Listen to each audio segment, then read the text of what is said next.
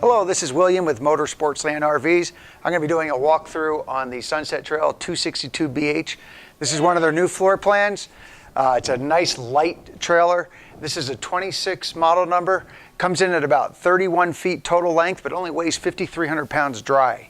So that is really impressive as you do your searching around. That's definitely going to be one of the lighter 30-foot long bunk floor plans. So we'll start going around the outside, and then we'll move to the inside.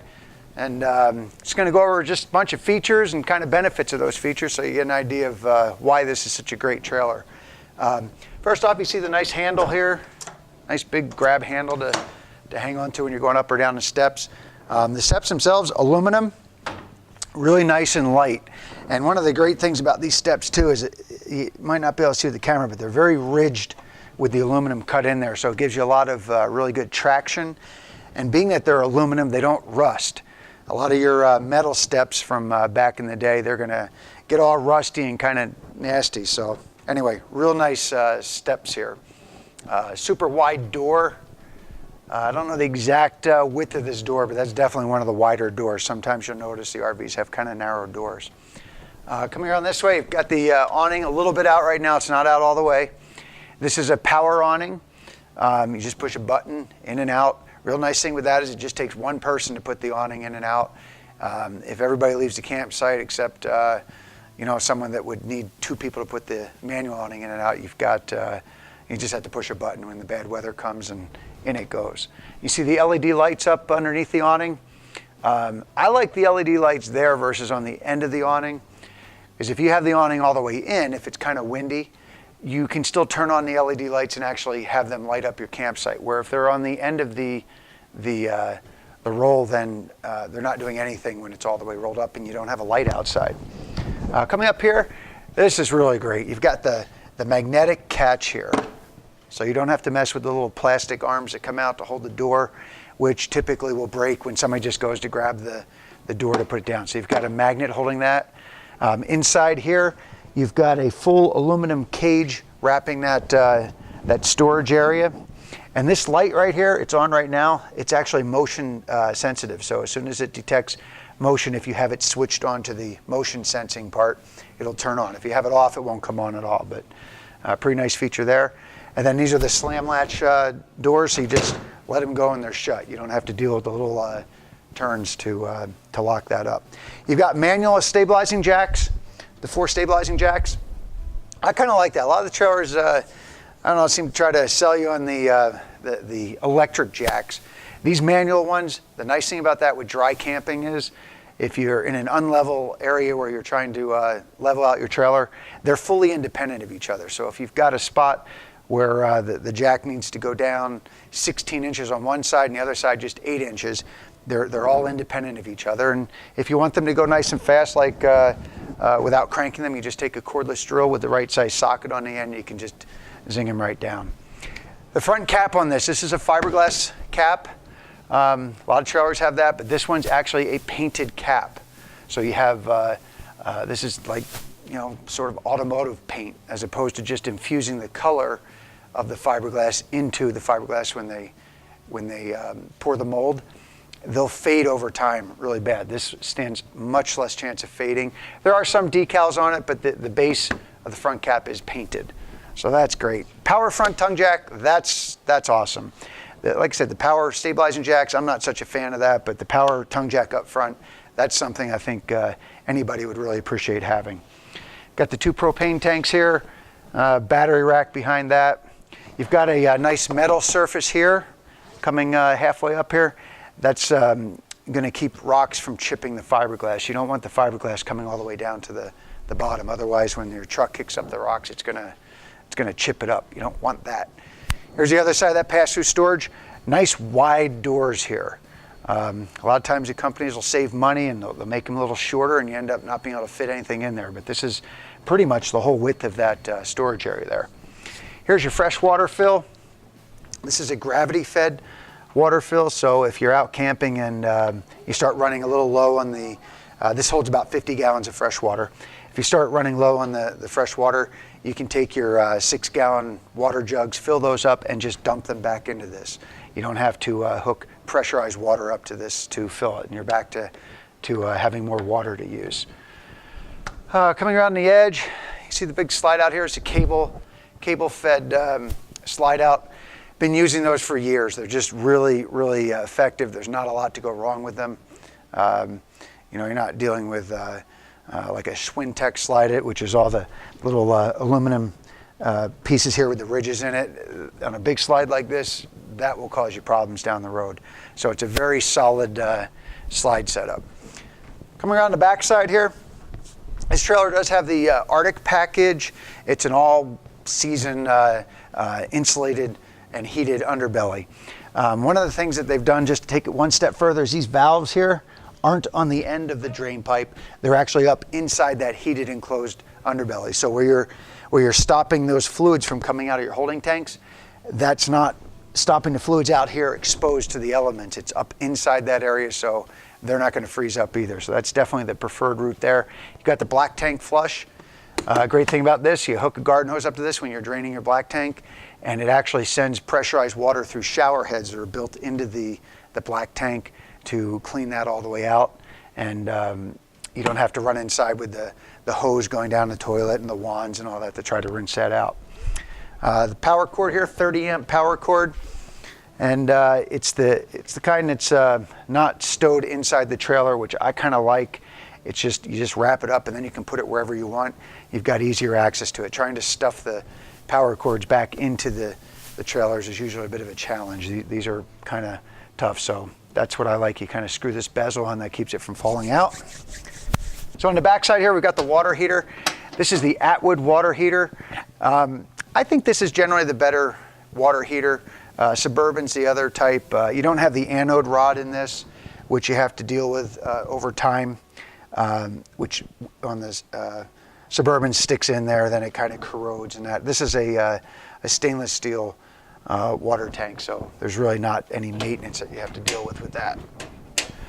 And right here, this is the outside shower port. You've got actually an accordion style, 20 or 30 foot long garden hose that plugs right into this. And that gives you your outside shower, which you can actually do more than just showering with it. You can hose things down, which is nice. Right here, this is the outside grill, BBQ Grill. This swings around. It ties into the outside kitchen, which you'll see on the other side. Maybe you can, over that way, get both of them. It comes with a grill, fits right over these two posts here. And then there's a gas line underneath here, a barbecue gas line that's tied into the propane tanks up front.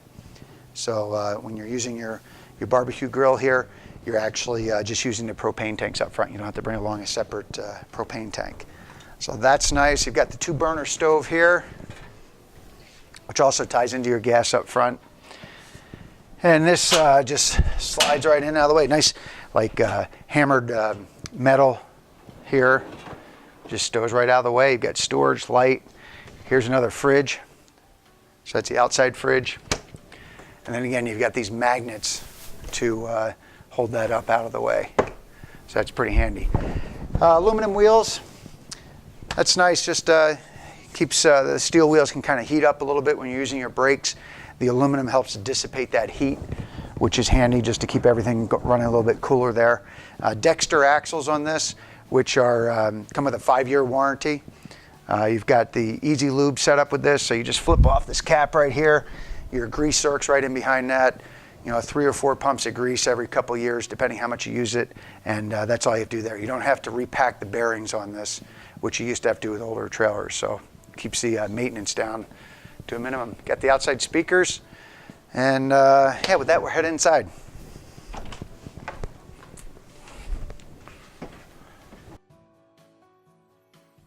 So this is kind of a new design on the Bunk floor plans. What they typically have done with these plans is put the TV area up between the living room and the bedroom.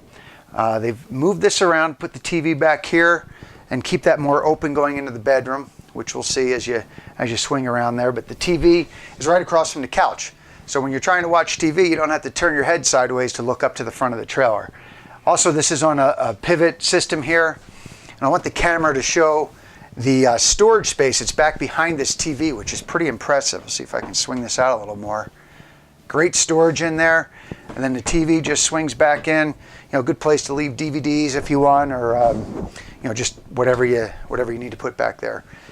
Here you can see the open area up to the bedroom. So they used to put the TVs up here, and then when you'd sit in the couch, you had to turn your head sideways. So anyway, it's kind of a new play on just parts and pieces, putting them in different areas. You've got 80-inch long queen bed by 60 inches wide. So this is a full-length queen bed, not the 74-inch, which is 6 feet 2 inches. This is got the extra 6 inches of length to it. So that's nice. Underneath here, you've got more storage. There's the grill that goes on the outside in that box.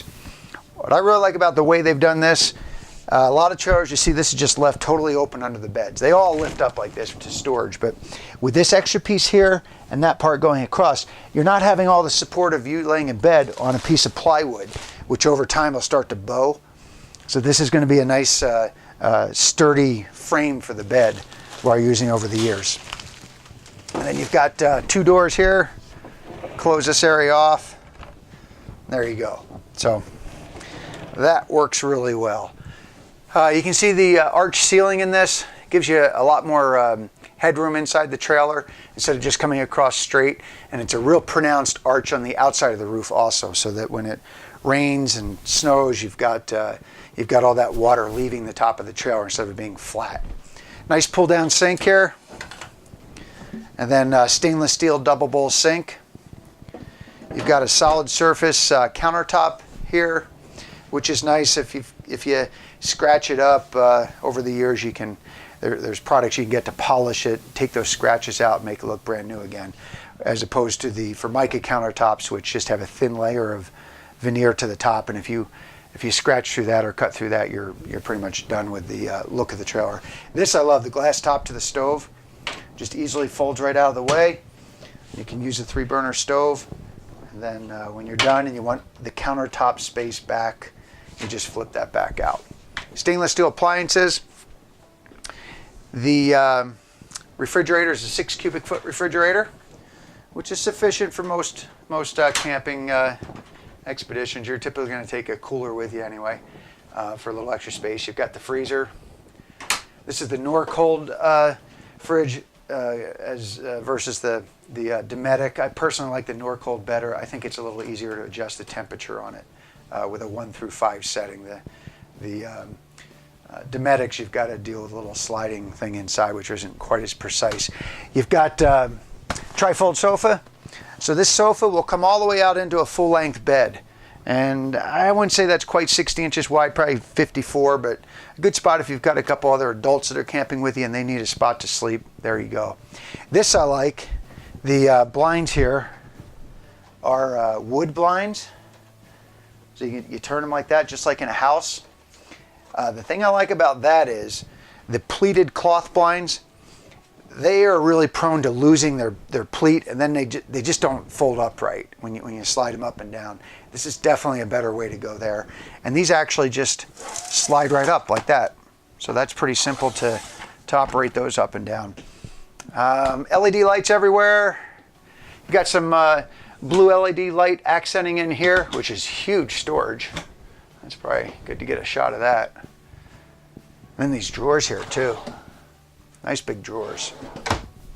A lot of times trailers don't have too many drawers, they'll just have cabinets, but always nice to have the drawers. And back behind this door here, we've got the bathroom. Good sized bathroom with the sink, skylight up there. You know, that's a reasonable size. Some bathrooms are pretty tiny and really just don't give you any room in there. So with a bunk trailer like this, you're going to be looking for a place to get changed in that, and that area works pretty good. So let's see. I think that's about it. I've probably missed a bunch, but hopefully that gives you a better idea of the Sunset Trail 262, and we'd love you to come down and take a look at it. Again, my name's William here at Sportsland, and I look forward to helping you out. Thank you.